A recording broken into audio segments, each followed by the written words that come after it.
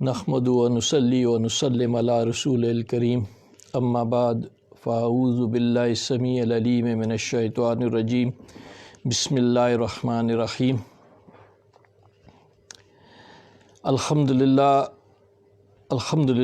ثم الحمدللہ۔ آقا علیہ الصلوۃ والسلام نے جس ماہ مبارک میں پہنچنے کی دعا فرمائی تھی، یعنی شعبان المعظم کے مہینے میں الحمدللہ ایک مرتبہ پھر ہم اللہ اور اللہ کے محبوب علیہ الصلوۃ والسلام کا ذکر خیر کر رہے ہیں۔ شعبان المعظم کا شمار ان 4 مقدس مہینوں میں ہوتا ہے جنہیں اللہ تعالیٰ نے اور رسول اللہ صلی اللہ علیہ وآلہ وسلم نے حرمت والے مہینے قرار دیا ہے، اور رحمت للعالمین آقا نامدار صلی اللہ علیہ وآلہ وسلم نے جس مہینے کو اپنا مہینہ قرار دیا، اس ماہ مبارک کے بارے میں حضرت امام ابو بکر الوارق رضی اللہ تعالیٰ عنہ کا قول ہے کہ رجب جو ہے یہ رحمت کی ہواؤں کا، اور شعبان جو ہے یہ رحمت کے بادلوں کا، اور رمضان المبارک جو ہے یہ رحمت کی بارش کا مہینہ ہے۔ تو گویا امام ابو بکر الوارق رضی اللہ تعالیٰ عنہ کے قول کے مطابق ہم رحمت کے بادلوں میں گھرے ہوئے مہینے میں الحمدللہ اس وقت محو گفتگو ہیں، اور انشاءاللہ العزیز رمضان المبارک میں جو رحمت کی بارشیں ہوگی اس کے لیے انشاءاللہ العزیز اس مہینے میں ہم تیاری کر رہے ہیں۔ اس ماہ مبارک کے بارے میں سیدنا شیخ عبد القادر جیلانی رحمۃ اللہ تعالیٰ علیہ کا فرمان ہے کہ رجب جو ہے یہ فصل بونے کا مہینہ ہے۔ فصل بونے کا رجب شریف جو ہے یہ فصل بونے کا مہینہ ہے، اور شعبان شریف جو ہے یہ اس فصل کو پانی دینے کا، اس کی آبیاری کرنے کا مہینہ ہے، اور رمضان المبارک جو ہے اس فصل کو کاٹنے یعنی اس کا پھل حاصل کرنے کا مہینہ ہے۔ تو الحمدللہ ہم نے جو بیج رجب المرجب شریف میں بویا تھا، انشاءاللہ العزیز اس کو شعبان المعظم کی بابرکت ساتوں میں اللہ کے محبوب علیہ الصلوۃ والسلام کے ذکر اور اللہ کے ذکر سے انشاءاللہ العزیز اس کو پانی دے رہے ہیں، رحمت کا پانی دے رہے ہیں اس کو، اور انشاءاللہ العزیز رمضان المبارک میں ہم اس کے پھل سے اس سے مستفید ہوں گے۔ ترمذی شریف، ابن ماجہ اور کنز الاعمال شریف کے علاوہ متعدد احادیث کی کتابوں میں ام المومنین حضرت عائشہ صدیقہ رضی اللہ تعالی عنہ، یار غار و یار مزار سیدنا حضرت ابو بکر صدیق رضی اللہ تعالیٰ عنہ، اور حضرت علی کرم اللہ وجہ الکریم جنہیں مخبر صادق صلی اللہ علیہ وآلہ وسلم نے خود اپنی زبان اقدس سے علم کا دروازہ قرار دیا تھا، اور حضرت ابو ہریرہ رضی اللہ تعالیٰ عنہ سمیت متعدد صحابہ کرام اور رضوان اللہ اجمعین سے شعبان شریف اور شب برات کے متعلق کثیر تعداد میں احادیث کی مستند کتابوں میں متعدد احادیث جو ہیں وہ روایت کی گئی ہیں۔ جن امت مسلمہ کے گناہ گاروں کو، جن میں لا تقنطوا من رحمت اللہ کا درس دیا گیا ہے، اور خالق کائنات جو ہے وہ خود شب برات میں ایمان والوں کو کھلے عام معافی کا اور عطا کرنے کا اعلان فرماتے ہوئے مانگنے کی دعوت عام دے رہا ہے۔ وہ غفار اور ستار مالک کائنات اعلان کر رہا ہے کہ ہے کوئی بخشش مانگنے والا کہ اسے بخش دوں، جس کے ذمہ کرم پر ساری کائنات کا رزق ہے۔ وہ جواد اور کریم رازق خود اعلان کر رہا ہے کہ ہے کوئی رزق کا طلب کرنے والا، رزق کا طالب، کہ جس کو میں رزق عطا کر دوں۔ کسی شاعر نے کیا خوب اس کرم نوازی کی عکاسی کی ہے کہ ہم تو سائل بکرم ہیں، کوئی سائل ہی نہیں، راہ دکھلائیں کسے کوئی راہ روئے منزل ہی نہیں۔ سید الشہداء سیدنا حضرت امام حسین علیہ السلام کا معمول تھا کہ آپ شب برات کو 3 حصوں میں، یہ جو رات تھی اس رات کو 3 حصوں میں تقسیم فرماتے تھے۔ پہلا جو شب برات کا پہلا جو پیر تھا، پہلا جو حصہ تھا، اس میں اللہ کے اس فرمان پاک پر سید الشہداء عمل کرتے تھے جس میں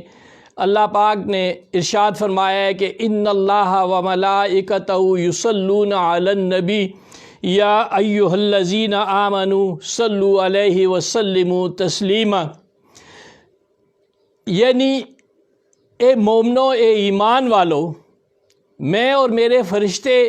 نبی کریم رؤوف رحیم شافع محشر ساقی کوثر صلی اللہ علیہ وآلہ وسلم پر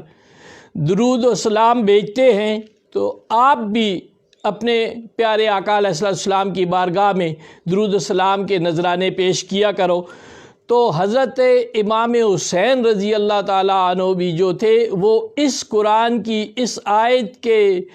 پہ عمل کرتے ہوئے اللہ پاک کے اس حکم کے مطابق جو ہے وہ رات کا جو پہلا پیر تھا وہ اپنے نانا جان پہ درود و سلام بھیجنے میں گزارا کرتے تھے۔ اور رات کا جو درمیانی حصہ تھا اس میں، جس میں کے متعلق حضرت ابو ہریرہ رضی اللہ تعالیٰ عنہ سے ایک جو حدیث شریف جو روایت کی گئی ہے کہ جس میں مطلب ہے آپ آقا علیہ السلام نے ارشاد فرمایا کہ حضرت جبرائیل علیہ السلام 15 شعبان المعظم کی رات کو بارگاہ رسالت میں حاضر ہوئے اور عرض کی کہ یا رسول اللہ صلی اللہ علیہ وآلہ وسلم اپنا سر اقدس اٹھا کر آسمان کی طرف دیکھیے۔ تو جب آپ نے اس طرف نگاہ فرمائی تو وہاں رحمت کے 300 دروازے کھلے ہوئے تھے، اور جب آخری پیر میں جب آپ نے نظر فرمائی دوبارہ، مطلب ہے حضرت جبرائیل علیہ السلام جب حاضر خدمت ہوئے دربار رسالت میں، تو پھر عرض کی کہ یا رسول اللہ صلی اللہ علیہ وآلہ وسلم اپنی رحمت والی نظر جو ہے یہ آسمان کی طرف، جنت کی طرف اٹھائیں۔ تو آقا علیہ السلام نے جب اپنی مبارک نگاہ جو ہے وہ جنت کی طرف اٹھائی تو وہاں پہ دیکھا کہ وہاں پہ جنت کے سارے دروازے کھلے ہوئے ہیں، اور ہر دروازے پہ ایک فرشتہ جو ہے وہ منادی کر رہا ہے، کہیں پہ ذکر کرنے والوں کے لیے، کہیں پہ رکوع و سجود کرنے والوں کے لیے، کہیں پہ توبہ و استغفار کرنے والوں کے لیے، اور کہیں پہ رکوع و سجود کرنے والوں کے لیے، کہیں پہ تلاوت کلام پاک کرنے والوں کے لیے خوشخبریاں اور ان کو اعلان، مطلب ان کے متعلق اعلان کیا جا رہا ہے ان کے انعام و اکرام کے متعلق۔ تو اس پہ آپ یہ عمل کرتے، سید الشہداء سیدنا حضرت امام حسین رضی اللہ تعالیٰ عنہ اس پہ عمل کرتے ہوئے جو یہ درمیانی حصہ تھا یہ شب برات کا، اس میں آپ توبہ و استغفار فرماتے۔ مطلب وہ ہستیاں کہ جن پہ اس قدر مطلب اللہ اور اللہ کے محبوب علیہ السلام کی نوازشیں، عنایتیں اور اس قدر فضل، کرم اور رحمت ہے، وہ بھی مطلب استغفار اور توبہ میں مطلب اپنی اس شب کو گزارتے تھے۔ تو یہ ہمارے لیے بھی ایک مشعل راہ ہے، ایک سنگ میل ہے کہ ہم بھی شب برات کو مطلب بجائے اس کے کہ ہم مطلب کسی دنیاوی کسی شغل میں یا غفلت میں پڑھ کے کسی طرح گزار دیں، تو اللہ کے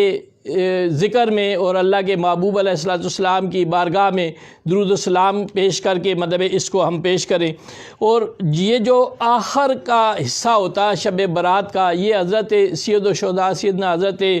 امام حسین رضی اللہ تعالیٰ عنہ جو تھے وہ اس کو رکوع و سجود میں مطلب بسر کرتے تھے رات کے آخری حصے کو۔ تو اس میں زیادہ سے زیادہ آپ نوافل مطلب پڑھتے اور اس کو کرتے، اس لیے کہ یہ آقا علیہ السلام کا معمول پاک رہا ہے۔ 15 شعبان المعظم کی رات کو حضرت عائشہ صدیقہ رضی اللہ تعالیٰ عنہ سے روایت ہے کہ جب میں نے آقا علیہ السلام کو اپنے بستر پر نہیں پایا تو آپ آقا علیہ السلام ایک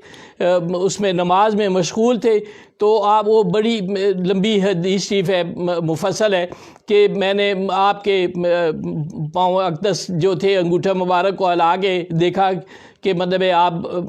تو مطلب اس سے یہ ثابت ہوتا ہے کہ آقا علیہ السلام کس قدر رکوع و سجود کا اور نوافل کا اس رات میں اہتمام فرماتے تھے۔ تو چونکہ اللہ نے قرآن پاک میں بھی حکم دیا ہے کہ کل ان کنتم تحبون اللہ فاتبعونی، تو یہ فاتبعونی کا جو آرڈر ہے، اللہ کا حکم ہے، اس پہ حضرت سید الشہداء جو ہے وہ عمل کرتے ہوئے مطلب وہ رکوع و سجود میں اس تیسرے حصے کو مطلب وہ کرتے۔ اور پھر نوافل کے بارے میں تو بہت ساری احادیث شریف ہیں، مطلب یہ شب برات ہی کے حوالے سے نہیں، ویسے بھی ایک حدیث شریف جو ہے وہ اس میں حدیث کی کتابوں میں مفصل ہے، ابن ماجہ شریف میں ہے، باقی اس میں ابو داؤد میں بھی ایک حدیث شریف ہے جس کا مفہوم یہ ہے کہ کوئی شخص اگر ایک دن میں 12 رکعت نماز نفل ادا کرے گا تو اللہ پاک اس کے لیے جنت میں ایک محل جو ہے وہ تیار فرمائے گا۔ تو مطلب نوافل تو ویسے بھی پڑھنے چاہیے، لیکن اس رحمت والی رات میں جس میں خود خالق کائنات مطلب دعوت دے رہا ہے انسان کو کہ مطلب آؤ اور مجھ سے مانگو، اور مانگنے کی عطا کرنے کی مطلب صدائیں لگا رہے ہیں، فرشتے بھی لگا رہے ہیں، جنت کے سارے دروازوں پہ، آسمانوں پہ، ہر طرف یہ منادی کی جا رہی ہے۔ تو ہمیں بھی یہ چاہیے کہ ہم آقا علیہ السلام کی سنت کی اتباع میں اور اللہ کے حکم کی پیروی میں، اس کی اتباع میں، اور یہ جو سلف صالحین ہیں، جو صحابہ کرام ہیں، جو مطلب ہمارے بزرگان دین ہیں، ان کی مطلب اتباع میں ہم اس نوافل کا زیادہ سے زیادہ اہتمام کریں، زیادہ سے زیادہ درود شریف کا اس رات میں اہتمام کریں، توبہ و استغفار کا اس رات میں اہتمام کریں، اس لیے کہ ان ربی رحیم ودود، اللہ پاک جو ہے وہ رحیم بھی ہے، ودود بھی ہے۔ ہمارا جو رب ہے، ہمارا جو خالق ہے، ہمارا جو مالک ہے، ہمارا جو رازق ہے، وہ پیار بھی کرنے والا ہے اور رحم بھی کرنے والا ہے۔ تو جب اس نے اعلان کر رکھا ہے اس رات میں، تو ہم اس کے اعلان سے ہمیں پوری طور پہ مستفید ہونا چاہیے، اس لیے کہ ہم جس طرح وہ سورہ فاطر کی آیت نمبر 15 میں اللہ پاک ارشاد فرماتا ہے کہ اے لوگو تم سارے محتاج ہو، اللہ کے محتاج ہو، تم سب فقیر ہو، اور اللہ جو ہے وہ غنی ہے۔ تو اس غنی جو ہے وہ جواد جو ہے اس کے در پہ کیوں نہ مطلب ہم جائیں اور اس کو وہ لائق حمد و ثنا ہے، اس کی حمد و ثنا کیوں نہ کریں؟ مطلب اس لیے نہ کریں کہ وہ ہمیں رزق تو اس کے ذمہ ہے، اس نے دینا ہے، مطلب ہمیں یہ چاہیے کہ وہ چونکہ لائق حمد و ثنا ہے اس لیے اس کی حمد و ثنا کریں، اور چونکہ یہ اس کا حکم ہے اس لیے آقا اس کے محبوب علیہ السلام کی بارگاہ میں درود و سلام کے نذرانے پیش کریں۔ اور اسی طرح مطلب چونکہ اللہ پاک توبہ سے بہت زیادہ خوش ہوتے ہیں، تو اس لیے ہمیں توبہ و استغفار کرنی چاہیے۔ توبہ بھی ایک عبادت بھی ہے، بلکہ بعض علماء کرام فرماتے ہیں کہ توبہ ایک ایسا غسل ہے کہ جس کو بار بار کرنا چاہیے، بار بار کرنا چاہیے۔ خود رحمت للعالمین صلی اللہ علیہ وآلہ وسلم کا ارشاد پاک ہے کہ میں دن میں 70 مرتبہ توبہ کرتا ہوں، بعض روایات میں ہے کہ 100 مرتبہ توبہ کرتا ہوں۔ تو مطلب ہے جب وہ جو گناہوں سے پاک ہیں، جو بالکل معصوم ہیں، وہ دن میں 70 مرتبہ توبہ کرتے ہیں، 100 مرتبہ توبہ کرتے ہیں، تو ہم تو چونکہ ہیں ہی بندے بشر ہیں، ہم تو گناہوں کے پتلے ہیں، مطلب خطا کار ہیں، گناہ گار ہیں، تو ہمیں تو مطلب اپنا ایک ایک لمحہ جو ہے وہ اللہ کے ہاں جو ہے وہ توبہ اور استغفار میں گزارنا چاہیے۔ اور اس رات کو بھی مطلب ہمیں زیادہ سے زیادہ اللہ کے ہاں جو ہے وہ گڑ گڑا کر التجائیں کرنی چاہیے اور اس کے حضور میں معافی طلب کرنی چاہیے۔ اور معافی طلب کرنے سے ایک اور بات بھی ہے کہ سورہ نور میں اللہ پاک ارشاد فرماتا ہے آیت نمبر 22 میں، جس کا مفہوم یہ ہے کہ کیا تمہیں یہ بات پسند ہے کہ اللہ پاک تمہاری بخشش کر دے؟ اگر آپ کو یہ پسند ہے کہ اللہ پاک میری بخشش کر دے، میری مغفرت کر دے، مجھ پہ رحم والا معاملہ کرے، تو پھر اسی آیت نمبر 22 میں اللہ پاک یہ ارشاد فرماتا ہے کہ اگر تم یہ چاہتے ہو تو تم بھی پھر دوسروں سے بھی درگزر کرو۔ تو یہ رات جو ہے، یہ اس رات میں حدیث کے مطابق یہ ہے کہ ہر شخص کی معافی ہو جائے گی، ہر شخص کی بخشش ہو جائے گی، سوائے اس شخص کے جو مشرک ہو، جو کفر کرتا ہو، اللہ کی ذات اور صفات میں کسی کو شریک کرتا ہو، یا اس کے دل میں کسی دوسرے کے لیے کینہ اور بغض ہو، یا جو اپنے والدین کا نافرمان ہو، یا جو سود خور ہو، یا جو عادی زانی ہو، یا جو مطلب مستقل طور پہ مطلب اللہ کا اس طرح نافرمان ہو۔ تو مطلب بہت سارے جو لوگ ہیں ان کی معافی اس لیے نہیں ہوتی کہ انہوں نے دوسروں کے حقوق جو ہیں، دوسرے لوگوں کے حقوق جو ہیں وہ غصب کیے ہوتے ہیں، دوسروں کا مال غصب کیا ہوتا ہے، ان کے حقوق پامال کیے ہوتے ہیں۔ تو اپنے دوستوں سے، اپنے عزیز و اقارب سے،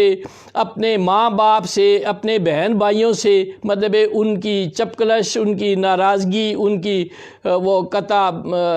تعلقی مطلب چل رہی ہوتی ہے، تو ان لوگوں کے لیے یہ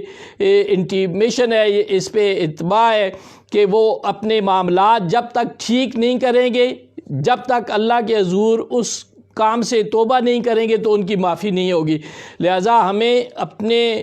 جس طرح ہم یہ چاہتے ہیں کہ اللہ پاک ہمیں معاف کر دے، تو ہمیں دوسروں کو بھی اس طرح مطلب غلطی کوتاہی انسان سے ہو جاتی ہے، عزیزوں، رشتہ داروں، بہنوں، بھائیوں سے ہو جاتی ہے، دوست احباب سے ہو جاتی ہے، تو سب کو معاف بھی کرنا چاہیے اور ان سے بھی معافی طلب کرنی چاہیے۔ اور یہ جو فیس بک پہ ہم یہ ایک میسج چلا دیتے ہیں کہ جی مطلب میں سب سے معافی چاہتا ہوں، علماء کرام اس کے بارے میں ارشاد فرماتے ہیں کہ یہ معافی مانگنے کا طریقہ نہیں ہے۔ معافی مانگنے کا طریقہ یہ ہے کہ اس بندے سے رجوع کیا جائے، اور آپ نے جو اس کا حق تلف کیا ہے اس حق کو ادا کیا جائے، اور آئندہ کے لیے پختہ ارادہ کیا جائے کہ میں یہ دوبارہ مطلب نہیں کروں گا۔ تو اس طرح نہیں ہے کہ جی فیس بک پہ صرف ایک میسج چلا دیں، بلکہ اس بندے کو کال کریں، اس کے پاس جائیں، اس سے جا کے معافی طلب کریں۔ تو یہ معافی کا مطلب ہے، یہ معافی کی رات ہے، خود اپنے لیے بھی معافی طلب کریں اور دوسروں کے لیے بھی معافی طلب کریں۔ تو اس میں زیادہ سے زیادہ تلاوت کلام پاک کی بھی کثرت کرنی چاہیے، اس لیے کہ نبی کریم رؤوف رحیم شافع معشر ساقی کہ صلی اللہ علیہ وسلم نے ارشاد فرمایا کہ جو شخص تلاوت کلام پاک کرے گا اس دنیا میں، تو قیامت والے دن قرآن پاک اس کے لیے بخشش کی دعا کرے گا، اس کی سفارش کرے گا، اس کی شفاعت کرے گا، اس کے لیے اللہ کے حضور مطلب التجا کرے گا کہ اللہ پاک اس کو معافی فرما دے۔ اور اسی طرح نوافل کے بارے میں بھی یہ ہے کہ جی ایک حدیث شریف ہے جس کا مفہوم یہ ہے کہ اللہ پاک ارشاد فرماتا ہے کہ جب کوئی بندہ نوافل کے ذریعے اللہ پاک کا قرب حاصل کر لیتا ہے، تو اللہ پاک اس کے کان، اس کی زبان، اس کی آنکھ، اس کے ہاتھ بن جاتا ہے۔ اللہ پاک یہ جسمانی اعضاء اور اس سے مطلب ہے بالکل پاک ہے، لیکن اس کا مفہوم یہ ہے کہ اس بندے کی زبان سے جو بات نکلتی ہے پھر اللہ پاک اس کو پورا فرما دیتے ہیں، اس سے ایسے کام سرزد ہونے لگتے ہیں کہ اللہ پاک مطلب وہ جو اللہ کی رضا کے کام ہوتے ہیں وہ ہوتے ہیں، پھر اللہ پاک اس کو آسمانوں میں اس کو مشہور کر دیتے ہیں کہ جی اللہ پاک اس سے محبت کرنے لگتے ہیں، فرشتوں میں اعلان ہو جاتا ہے، پھر وہ فرشتے زمین میں آ کے اس کے لیے اعلان کر دیتے ہیں۔ تو یہ ساری چیزیں جو ہیں، یہ ساری چیزیں نوافل سے ہیں، نوافل کے ذریعے حاصل کیے جاتی ہیں۔ تو کیوں نہ مطلب ہے ہم اس رات کو کیوں مطلب ہے کسی جگہ، میں نے مطلب علمی طور پہ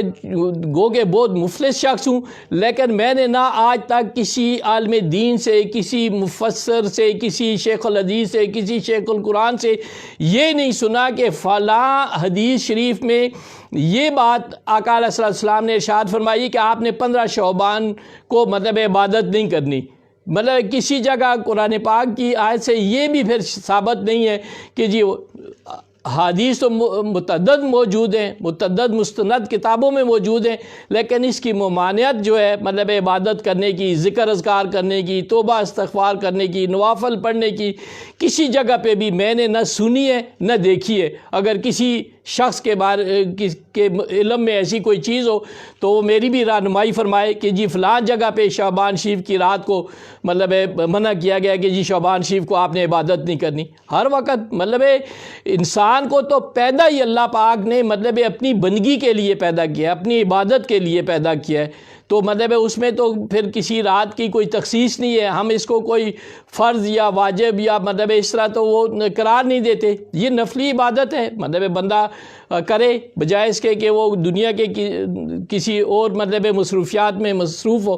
تو مطلب اس کو عبادت کرنی چاہیے۔ اور عبادت جو ہے میرے بھائیوں، میرے دوستوں، میرے بزرگوں، میرے ساتھیوں، عبادت چونکہ اللہ کا حق ہے، اللہ پاک جو عبادت کے لائق ہے، اس لیے عبادت کی جائے۔ عبادت اس لیے نہ کی جائے کہ میرا یہ معاملہ حل ہو جائے، مطلب ہے اس معاملے کے حصول کے لیے، دولت کے حصول کے لیے، یا مطلب اولاد کے حصول کے لیے، یا باقی جو معاملات ہیں ان کے حصول کے لیے اللہ پاک نے جو ہے وہ دعا کا دروازہ کھول رکھا ہے، تو دعا کے ذریعے وہ چیز طلب کی جائے۔ لیکن نوافل جتنے بھی پڑھے جائیں وہ سب اللہ کی رضا کے لیے، اللہ کی خوشنودی کے لیے مطلب پڑھے جائیں۔ جو بھی ذکر اذکار، تسبیح و تحلیل، جو بھی استغفار توبہ کی جائے، جو بھی جو بھی تلاوت کلام پاک کی جائے تو اللہ کا قرب حاصل کرنے کے لیے اور اللہ کی رضا حاصل کرنے کے لیے یہ ادا کی جائے۔ تو اس طرح ہم نے چونکہ یہ عرض کی تھی کہ ہم اس میں کوئی مخصوص ہمارے سلف صالحین کا، بزرگان دین کا کچھ معمول رہا ہے کہ ہم کرتے ہیں، وہ نوافل اس رات میں ادا کرتے تھے۔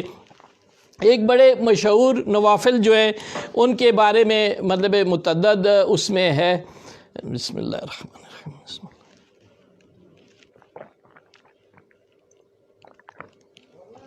جی، اس کو صلاۃ الخیر کہتے ہیں۔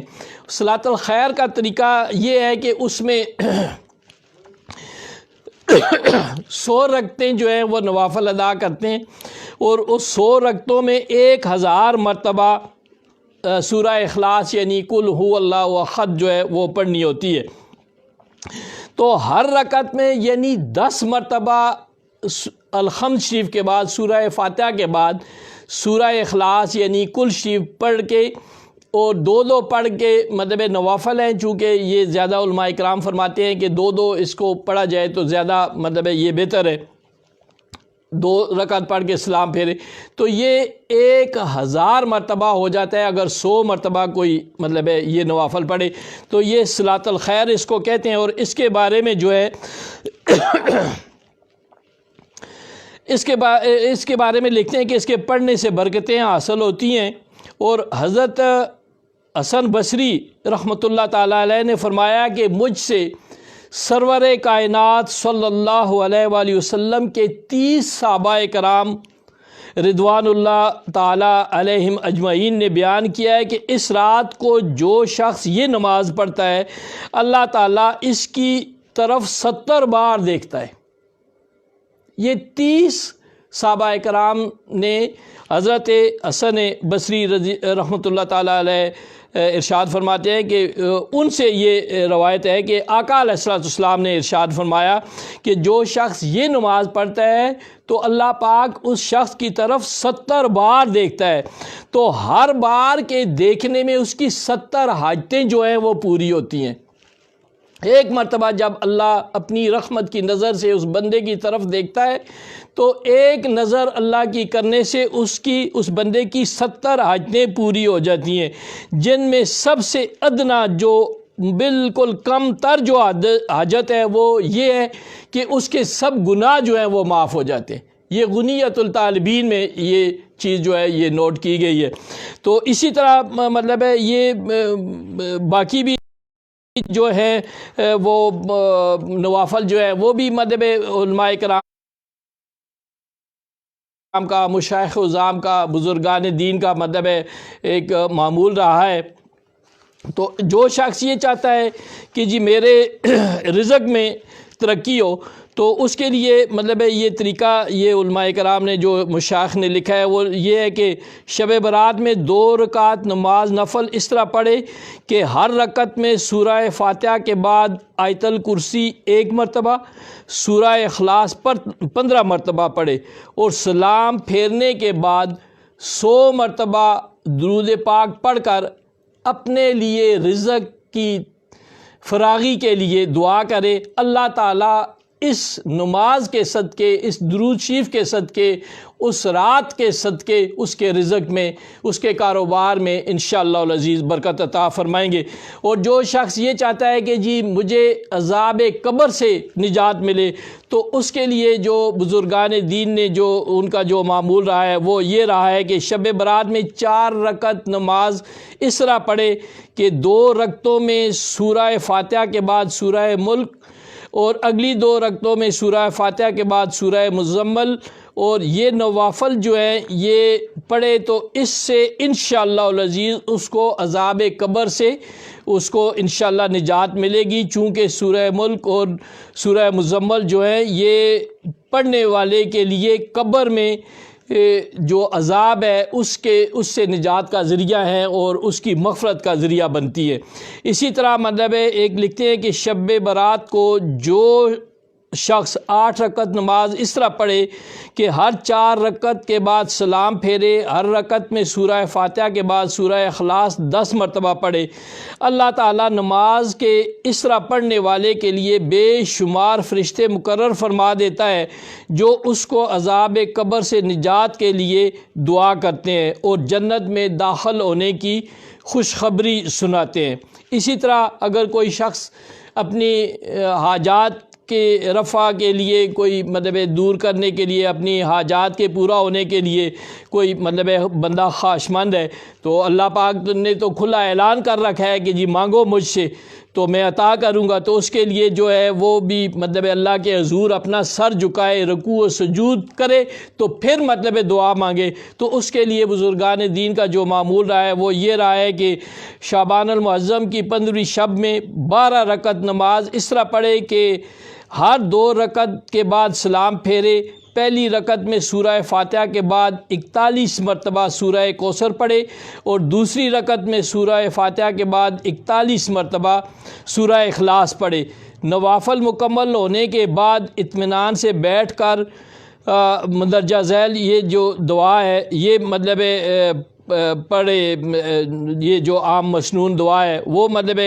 پڑھے تو اللہ پاک اس کی جو ہے وہ حاجات جو ہے وہ انشاءاللہ العزیز اس کو مطلب پورا فرمائیں گے۔ اور اسی طرح مطلب جو شخص یہ چاہتا ہے کہ جی میرے دینی اور دنیاوی جو فیض ہے اس رات کا وہ مجھے ملے، تو اس کے لیے بھی یہ ہے کہ وہ بندہ جو ہے وہ 2 رکعت نماز پڑھے اور اس کے بعد سلام پھیر کر سورہ قدر جو ہے 11 مرتبہ